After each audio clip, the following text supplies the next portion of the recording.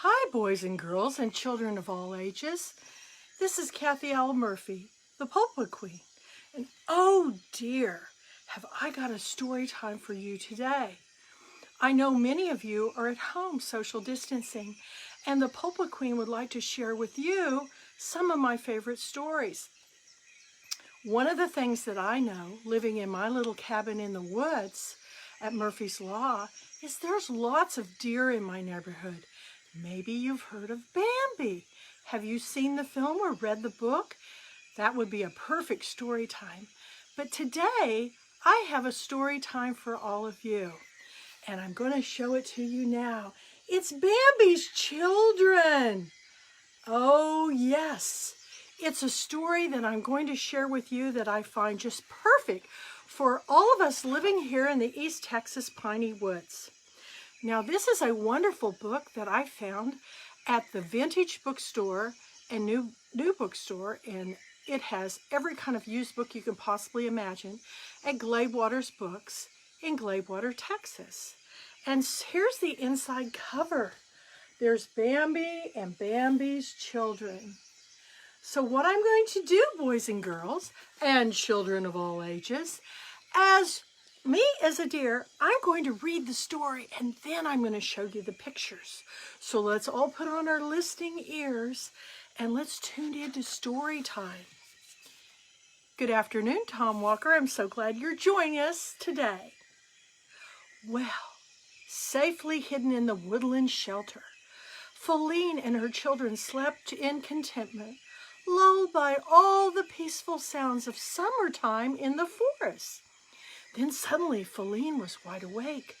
"Gino," she cried, "Guri, wake up!" "What is it?" asked Gino. He was frightened. Guri stirred beside her brother, trembling. "Don't stand there quaking," Faline chided them. "It is Bambi, your father. He's returned from the deep forest." The beautiful doe advanced proudly to where the thicket was densest. "Greetings, Bambi." The answer came from the thicket in a deep, calm voice. "Greetings, Faline." Majestically, the great buck, crowned with his mighty antlers, stepped into the clearing. "My children," he said, towering and lowering his proud head. The fawns had no fear of him. "We see you, father," they replied. "Are they good children, Faline?" he asked. "Do they mind you always?" "They are good children," Faline answered. "Perhaps Gino is somewhat over-nervous." "That is well, my son. You will live the longer for being ever on the alert. And Guri, daughter," said the great leader of the roe deer, "are you sometimes impatient with your mother's commands?" The two fawns hung their heads. Bambi turned again to look at his son. "The reports I have on you, my son, on the whole please me, Gino. It is time, my son, that we go to the deep forest, where you will be able to put your knowledge to the test."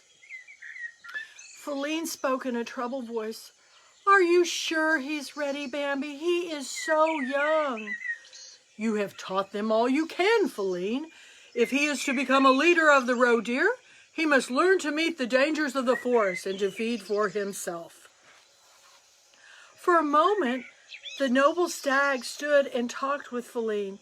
Then suddenly he was gone, and with him, scampering to keep pace with his father, went Gino. Months later, when the first snow came, Faline and Guri were feeding quietly on a frozen bed of moss, where the bleak winter sun penetrated the scattering of beech trees. Daintily, the doe chipped away with one foot at the lacy scale of ice that covered the moss. It was Guri who glanced up and saw the great gray shadow slinking through the underbrush. "Mother!" she cried in a panic. "Run, Mother! The timber wolf!" Quickly, placing herself between the attacker and her fawn, Faline allowed Guri to escape. Then, and with her own eyes wide with fright, Faline turned and fled into the deep forest. The twisting chase was against the terrified doe from the start. The deep snow made running all the more difficult. Realizing the end had come, she determined on a last desperate move. Wheeling sharply with the last ounce of her strength, she cleared a hazel thicket and crashed down over the edge of the ravine. There at the bottom of the glen stood Gino. The timber wolf recovered quickly and dashed through the hazel thicket to the edge of the ravine. He paused before he leaped, and in one instant he saw before his eyes not one helpless victim, but two. In that moment, Gino had grown strong and agile and cunning in the ways of the world, and he saved his mother's life.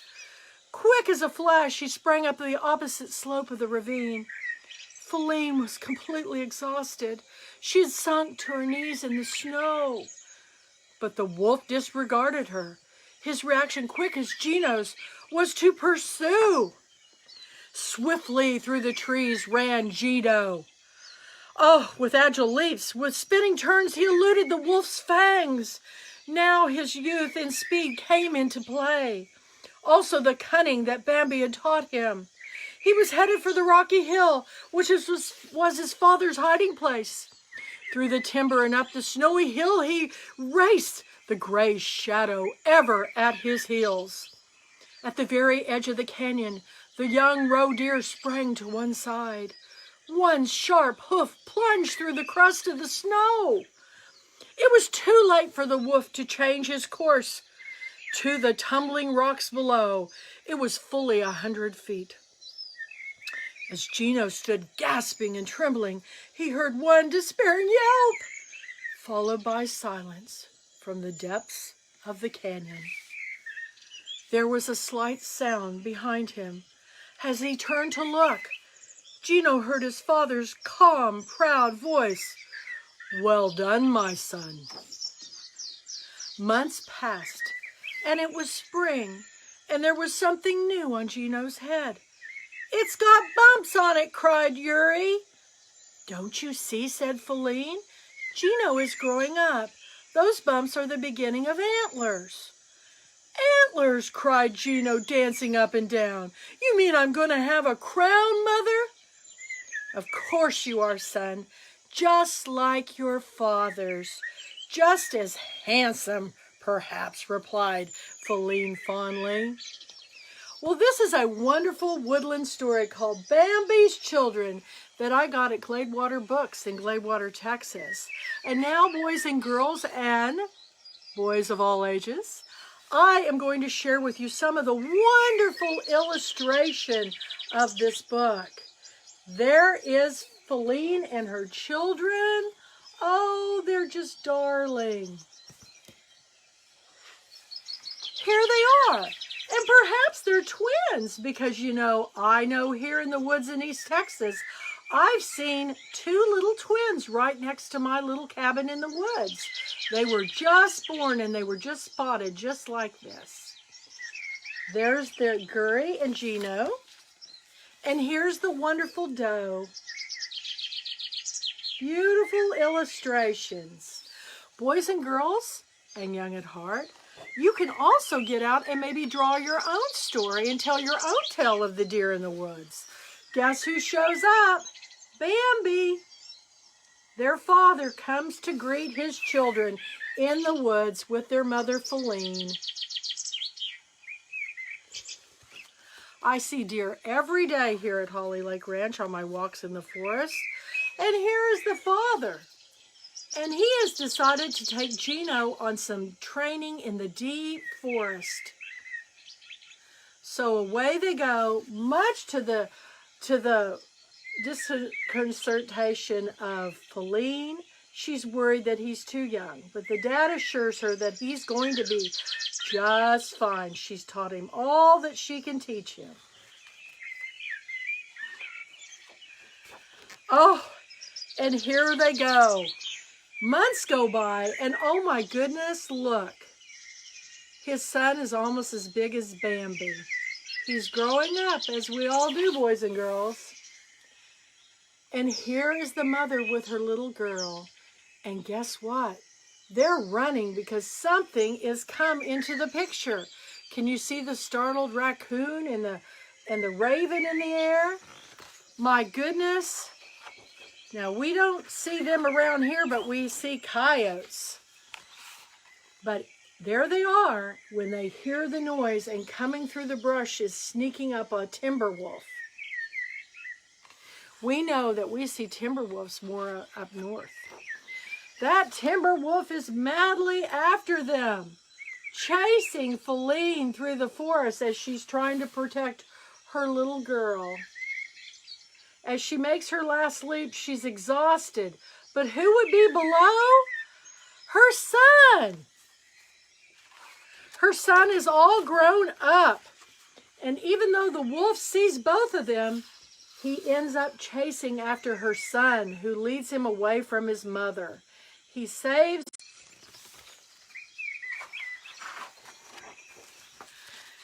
We can all learn from our parents, but there's the mother running from there's Gino running from the timber wolf to lead the wolf away from his mother. And he does lead him away to where the wolf falls over a ravine and tumbles down below. They are saved. And now we see that Bambi has come in. Well done, my son. He is very proud of his son. And here we go. He's got new antlers. Look at Gino. We can all learn wonderful things from the stories of animals. I know that I have here at Holly Lake Ranch. I've seen fox and squirrel and armadillo and possums, turtles and frogs. One time I even saw a lynx. Now, lynx are not indigenous to this area, so I think it was a pet lynx that must have somehow got away. But I live in this cabin in the woods with my two cats, Rush and Faralina, who are listening in the distance to my story time. So I thank you, Tom Walker, Michael Perkins, for joining me on my story hour of Bambi's Children. I will be posting this on my Kathy L. Murphy YouTube channel. I hope you'll have a watch party with your children, your grandchildren, or all the neighborhood children, or maybe you want to do a story time at the library. This is a wonderful book from Gladewater Books in Gladewater, Texas. Thank you so much for joining me. It's all about the story. Bye-bye from now. Bye-bye.